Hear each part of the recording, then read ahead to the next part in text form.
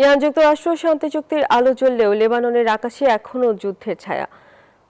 মঙ্গলবারও বৈরুতে ইসরায়েলি হামলায় 4 জনের প্রাণ গেছে। এতে ক্ষুব্ধ ইরান হুঁশিয়ারি দিয়েছে কড়া জবাবের।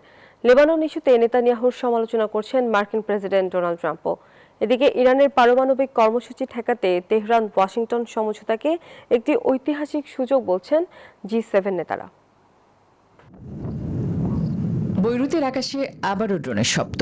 যুক্তরাষ্ট্র ইরান শান্তি চুক্তির আবহেও লেবাননে থামেনি ইসরায়েলি আগ্রাসন।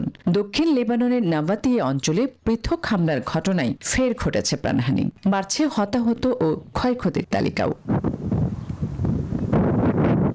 এতে তীব্র ক্ষোভ জানিয়েছে ইরান, দাবি করেছে চুক্তির পরও 84 বার যুদ্ধবিরতি লঙ্ঘন করেছে ইসরায়েল। দেশটির বিপ্লবী গার্ড বাহিনী IRGCর হুঁশিয়ারি, লেবাননে আগ্রাসন বন্ধ না হলে কঠোর জবাব পাবে ইসরায়েল।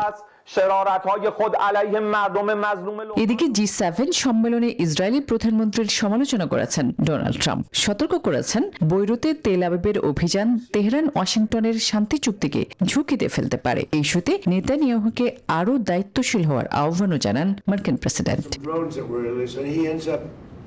একমাত্র স্মার্ট সিটি বসুন্ধরা, আধুনিকতায় এক ধাপ এগিয়ে।